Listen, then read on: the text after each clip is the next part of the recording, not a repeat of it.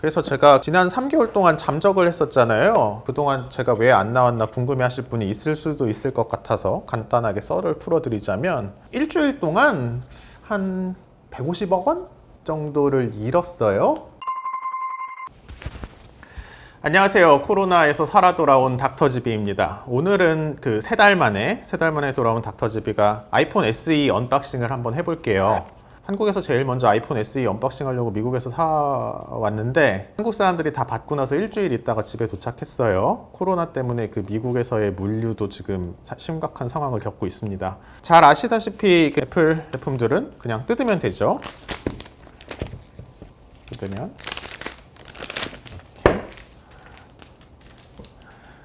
영롱한 아이폰 SE가 안에 들어있어요.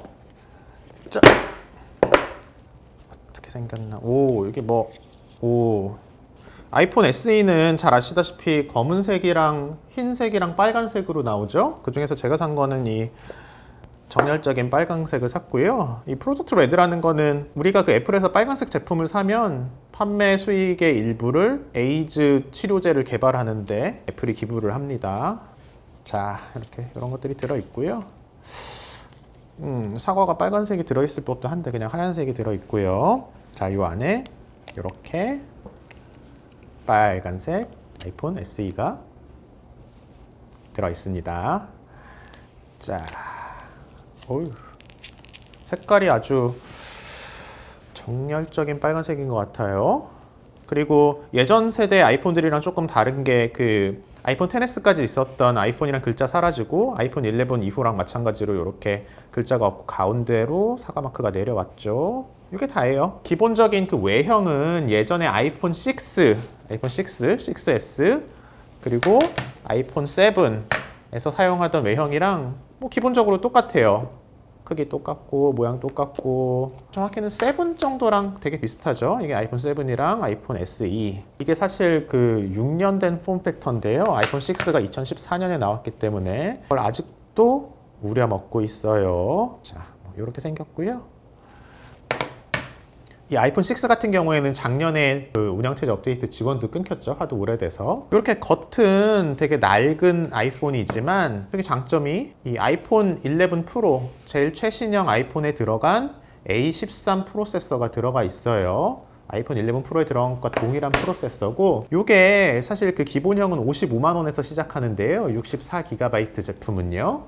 55만 원짜리 새 보급형 아이폰 SE에 들어간 프로세서가 지금 제가 안 가져왔는데 최신형 갤럭시 S20 아니면 작년에 나왔던 갤럭시 폴드 이런 데 들어간 프로세서보다도 더 빨라요. 그리고 아마도 올해 하반기에 나올 그 갤럭시 폴드 2세대나 노트 20의 프로세서보다도 더 빠를 거예요. 자, 다시 한번 좀 더 구성품들 살펴보면 이렇게 아까 유심 트레이 배출기 있었고 요 라이트닝으로 연결하는 뭐라고 그러죠? 이어팟이라고 하나? 라이트닝 이어팟 들어있고요. 이렇게 연결하시면 돼요. 3.5파이 오디오 포트는 사라졌지만 이렇게 라이트닝으로 여전히 들을 수가 있고요. 아니면 이렇게 에어팟 연결해서 쓰셔도 되고요. 자, 라이트닝 케이블 들어있고 여러분 지금 2020년입니다. 2020년인데 2009년에도 들어있던 이 5W 충전기 아직도 들어있어요. 제가 미국에서 사와가지고 연결 부분이 이렇게 생겼죠. 이게 다예요. 더 이상은 뭐는 없습니다. 자, 이렇게 언박싱은 끝났고요. 요 가격에 대해서 조금 더 얘기를 해보자면 64GB 기본형은 55만 원, 그리고 제가 산 128GB는 62만 원이고요. 256GB 용량은 76만 원에 한국에서 출시가 됐어요. 특히 이 128GB 제품이 아주 가성비가 좋게 나왔어요. 여러분들이 이제 아이폰 SE를 구매하셔야겠다 이렇게 생각을 하시게 되면은 개인적으로 나한테는 256GB 정도는 필요하다 는 것을 알고 계신 분은 256GB를 사시면 되고요.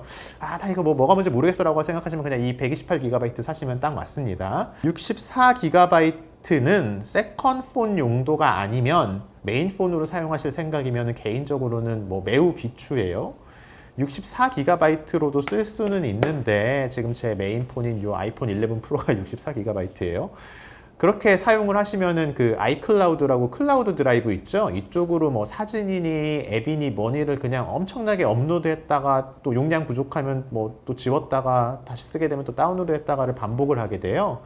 그러면 데이터 사용량이 셀룰러 데이터 사용량이 되게 많아지고 결국 이걸 다 기다려야 되니까 좀 한참 동안 기다리면서 좀 느리게 사용을 할 수밖에 없어요. 그런데 일반적인 사용 패턴이라면 사진이 너무 많지만 않으면 128GB로는 꽤 버틸 수가 있어요. 그렇기 때문에 뭐 이 정도 용량을 저는 개인적으로 추천을 드리고요. 여러분들이 지금 그 아이폰 SE를 구매를 하시면 앞으로 2년 정도는 문제 없이 휴대폰을 사용하실 수가 있고요. 왜냐하면 아까 말씀드렸던 대로 제일 최신형 A13 프로세서가 들어갔기 때문에요. 그리고 중간에 사용을 하다가 배터리를 한번 2년, 3년 정도 쓰시고 교체를 해주시면 제 생각에는 한 지금부터 4, 5년 정도 후까지는 뭐 약간 인내심을 갖고 쓰시면은 뭐 문제없이 메인폰으로 사용하실 수 있을 것이다.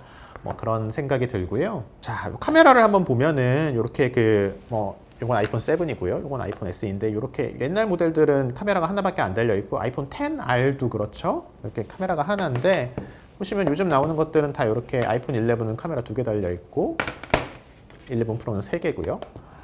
이렇게 아이폰 SE 같은 경우에는 이 11 프로에만 있는 뭐 망원 카메라나 초광각 카메라가 없는데 여러분들이 그 대부분의 사진을 찍을 때는 뭐 이 망원이나 초광각을 잘 안 쓰게 되기 때문에 뭐 풍경 같은 걸 찍거나 뭐 그렇지 않으면 그리고 풍경을 찍을 때도 그냥 일반 카메라로도 찍을 수 있고요. 그렇기 때문에 여러분이 대부분의 사진들을 찍을 때는 이 하나의 카메라만 있는 게 큰 문제는 없을 거예요. 그리고 한 개의 카메라로 사진과 영상을 처리하는 기술은 지금 애플이 그래도 제일 앞서 있고요. 뭐 머신러닝 어쩌고저쩌고 하면서 예전에 비해서 똑같은 장비를 가지고도 뭐 소프트웨어적으로 처리를 잘 해서 아주 볼만한 사진을 만들어줘요. 그리고 당분간은 뭐 앞으로 1년, 2년, 3년 동안은 계속 그 소프트웨어적으로도 이 사진의 품질을 개선을 해줄 것이에요. 그리고 셀카는 어차피 한 개니까 어떤 휴대폰이든지 다 셀카는 하나잖아요.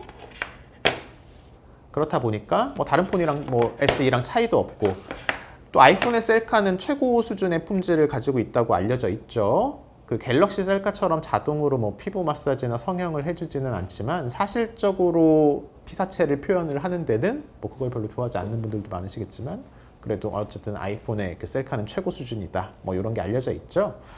요즘에 폰들에 이렇게 카메라가 뭐 3개, 많게는 4개씩 달려져서 나오는데 이런 것들을 다 활용하는 사람의 비율은 제 생각에 5%도 안 될 것 같아요. 그래서 여러분들이 95%에 해당하는 분들이라면은 카메라에는 아무 문제가 없다. 뭐 이렇게 정리를 할 수 있겠고요.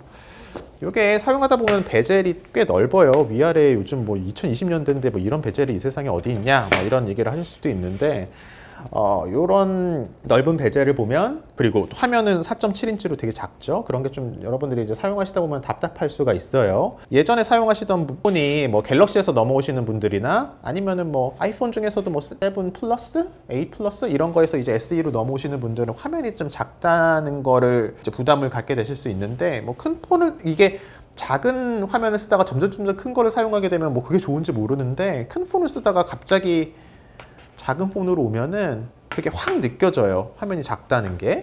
그래서 아마 여러분들이 큰 화면을 쓰시다가 작은 데로 오시면 적응을 하는데 뭐 일주일 정도는 걸리지 않을까? 뭐 그런 생각이 들고요. 이 배터리, 아이폰 SE의 배터리는 요즘 뭐 갤럭시랑 아이폰 11 시리즈가 배터리가 너무 잘 나와서 일반적인 사용 패턴에서는 11 프로 같은 경우에는 거의 뭐 이틀 정도 충전을 안 하고 사용하실 수가 있는데 아이폰 SE 같은 경우에는 그 정도는 아니지만 여러분들이 뭐 일반적으로 사용하시는 패턴이라면 하루 종일 아침에 충전을 하고 나가서 밤에 들어올 때까지 배터리 떨어지지 않고 사용하는 데는 문제가 없어야 정상이에요. 너무 이렇게 아이폰이 뭐 저녁인데 막 5%, 3% 이렇게 간다 하면 주변에 뭐 친구가 너무 없나 뭐 이런 생각을 좀 해보시기 바라고. 그래서 결론적으로 대부분의 사람들에게 아이폰 SE는 최고의 가성비 폰이고 여러분들이 이 화면 크기 4.7인치밖에 안 되는 화면 크기만 타협하실 수 있으면 아이폰 11을 포함해서 다른 어떤 폰들도 범접할 수 없는 최고의 선택이 될 수 있다. 이렇게 말씀을 드리고 싶어요. 만약에 여러분이 그 한 달 뭐 용돈이나 생활비를 100만 원 이내에서 생활하시는 분이라면 제 생각에는 이 아이폰 SE에다가 그 별정통신 유심 이런 걸 꼽아서 사용을 하시는 게 가장 경제적으로 현명한 선택이 아닐까? 뭐 저는 뭐 그렇게 생각을 합니다. 아이폰 11, 뭐 그냥 11도 그렇고 아이폰 11 프로도 그렇고 이런 것들은 다 페이스 아이디를 사용을 하잖아요. 그래서 안면 인식을 해서 잠금 해제를 하고 신원 인증을 하게 돼 있는데 요즘은 뭐 다들 마스크를 쓰고 다니시니까 마스크를 한 채로도 가끔 페이스 아이디가 풀리는 경험을 하실 텐데, 요거에 대해서 제가 잠깐 설명을 하고 넘어가면은, 마스크를 한 채로 요 페이스 아이디를 시도를 하면 처음에는 이게 당연히 뭐 거절이 되죠. 평상시에 뭐 코랑 입이 있던데 얼굴이랑 다르니까. 그 얼굴이 틀리게 되면은 뭐 이런 식으로 암호를 입력하는 화면이 나오는데, 내가 마스크를 쓴 상태에서 암호를 제대로 입력을 하고 나면은 암호를 정확히 입력했으니까 이 사람이 맞으니까 그 마스크를 쓴 얼굴 자체를 계속 이 아이폰이 새로 학습을 하게 돼요. 그래가지고 뭐 몇 번 그런 일들을 반복을 하고 나면 마스크를 쓴 얼굴도 뭐 원래 주인이 맞다고 판단을 해서 나중에는 똑같은 마스크를 쓰고 페이스 아이디를 하면 통과를 시켜주기도 합니다. 그렇지만 아무튼 요 아이폰 SE는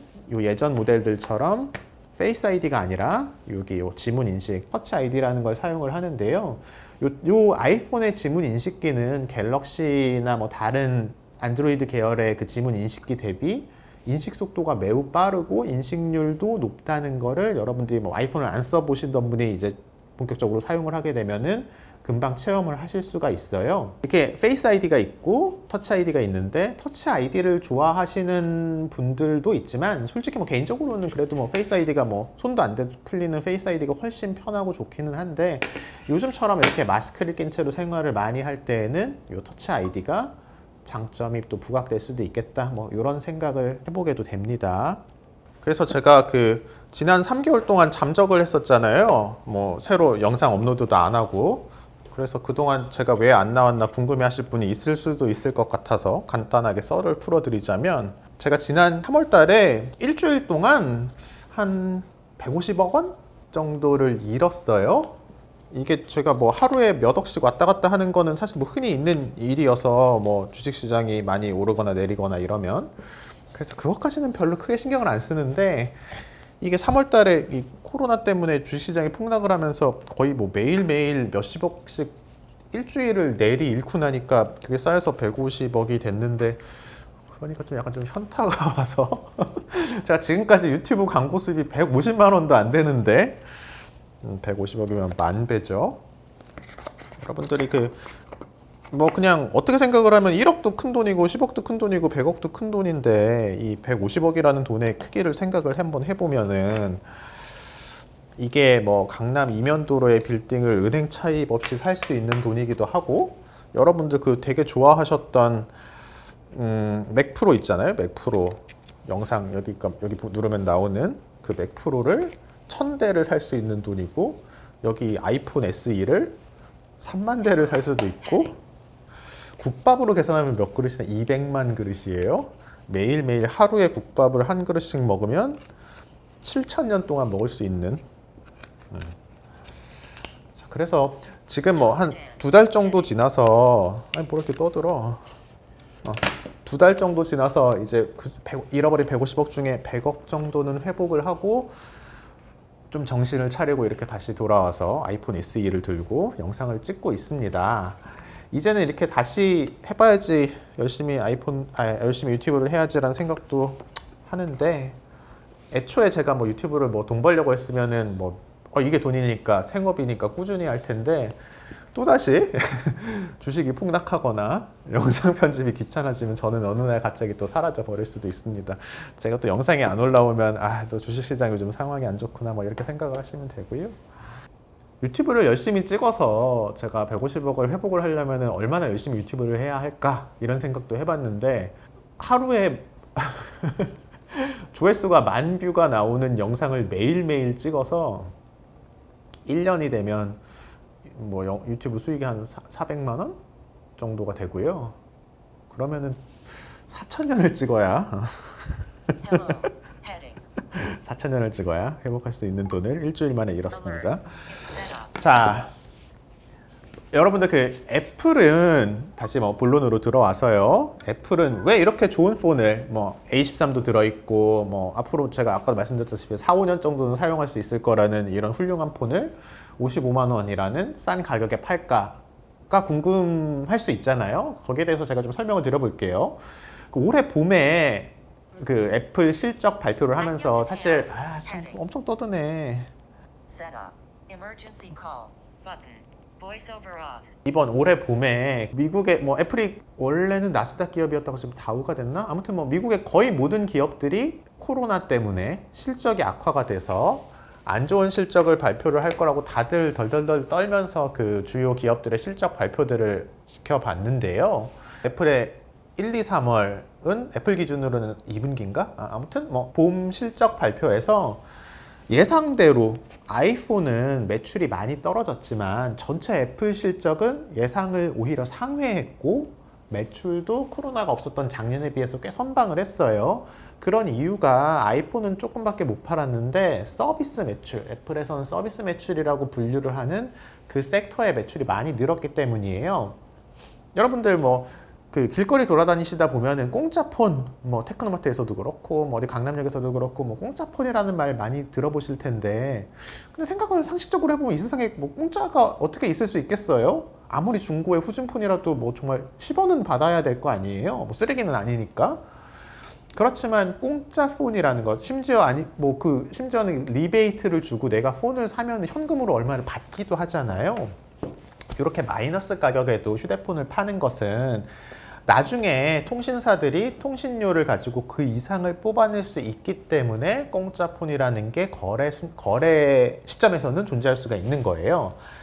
아마존이 회사 초창기에 킨들이라고 그 전자책 리더 있죠? 그거를 뭐 손해를 보면서 팔 때는 손해를 보면서 팔았던 거는 나중에 아마존에 있는 전자책을 팔아서 돈을 벌 수 있기 때문이었고, 뭐 프린터 제작 업체들이 뭐 고철값도 안 나오는 헐값에 보급형 프린터를 파는 거는 나중에 그 보충용 잉크를 팔아서 돈을 벌 수 있기 때문에 처음에 그 기계를 팔 때, 하드웨어를 팔 때는 싼 가격에 요 제품들을 팔 수가 있는 거예요. 마찬가지로 지금의 애플은 당장은 요 아이폰 SE를 팔아서 많은 돈을 벌지 않아도 애플의 생태계 내에서 서비스를 가지고 돈을 뽑아낼 수 있다는 자신감이 있어요. 예를 들어서 아이폰을 뭐 55만 원이라는 헐값 세일하긴 좀 그런데 뭐 싼 가격에 팔고 나서 애플 생태계의 이 유저를 락인을 시켜서 에어팟 그리고 애플워치 이런 아이패드를 팔아서 돈을 남기거나, 아니면은 뭐 애플 뮤직, 애플 아케이드, 아이클라우드, 그리고 뭐 해외, 뭐 미국 같은 경우에는 애플 TV랑 애플 페이 이런 월구독 서비스나 수수료 비즈니스로부터 돈을 뽑아낼 수 있다는 게 이미 증명이 되어서 더 많은 사람들을 애플 생태계와 서비스 내로 끌어들이는 것만으로도 훨씬 더 큰 이익이 되기 때문에 이렇게 399달러 혹은 55만 원이라는 싼 가격에 좋은 성능의 폰을 팔고 있는 거예요.